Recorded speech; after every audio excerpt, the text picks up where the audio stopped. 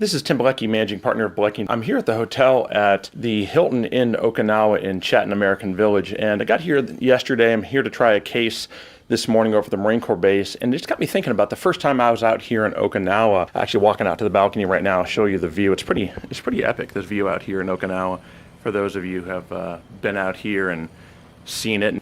The first time I was out here was over 10 years ago, and I didn't have a clue. I was still in the Army. I actually think it was closer to 11 or 12 years ago now. I was a captain and down in Korea, and I was headed out here, and I thought I knew my way around. I had looked it up on the map, and I got to the airport, and I got in a taxi. I was headed out to Torii Station, which is an Army base, and the taxi driver just didn't speak any English whatsoever, and so I just said base, base, base, and thought he knew where he was going. When he took me to Kadena, I didn't even know that Kadena was different than Torii, was different than Foster. Remember, this was 12 years ago, and he dropped me off, and there I am with my suitcase as I was an Army captain, didn't know really where I was going, where I was supposed to be. Well, I knew where I was supposed to be, didn't know where I was even going, and he drops me off, and I have no idea barely what base I'm at. And I'm trying to find another taxi, and that taxi then tried to take me over to Torii Station. I finally got there, then he didn't even accept cards. I had my government travel card at the time. I didn't have any yen with me, and then that was a huge headache, and I finally had to find an ATM and go, and it took me like 3 hours to get to where I needed to be because I didn't know my way around. I didn't really know at the time what I was doing here in Okinawa. Again, this was back when I was on active duty.